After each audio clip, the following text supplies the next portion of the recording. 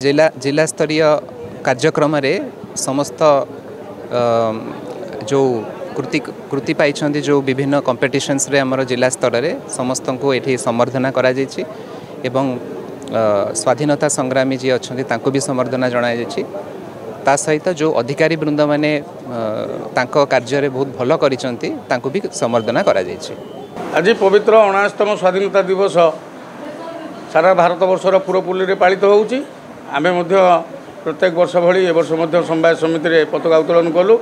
निर्देशक बंधु किसी महिला भौणी माने एवं साधारण लोक कार्यक्रम रे शामिल होइतिले आमे मध्य पालन कर सारसु। आज 79तम स्वाधीनता दिवस हम ब्लॉक रे आज पालन कराई छी।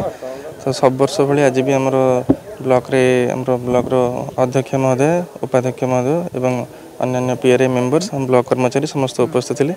तो आज आमर जमती आडंबर पालन करिया कथा हम करछे। आमर आज दिन रे जे जो भली हिसाब रे आमर पूर्वपुरुष माने अछंती जांको बळ रे हम स्वाधीनता मिलिथिला तांको कथा विषय रे अल्प किछ आलोचना हला एवं आमे सेही भली के तांको ठु इंस्पायर हे कि आगु को निज काम करिवे सेही विषय समस्त को आह्वान दियाला। केंद्रापड़ा ब्लॉक रे कोन कहै छन छत्तीस पंचायत विषय रे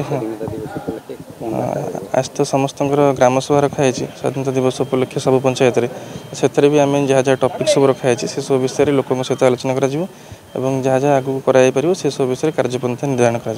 79तम स्वाधीनता दिवस अवसर में प्रथम मोर पंचायत समिति पीआरआई मेंबर एवं समितिर समस्त को शुभेच्छा एवं अभिनंदन जनाऊँ।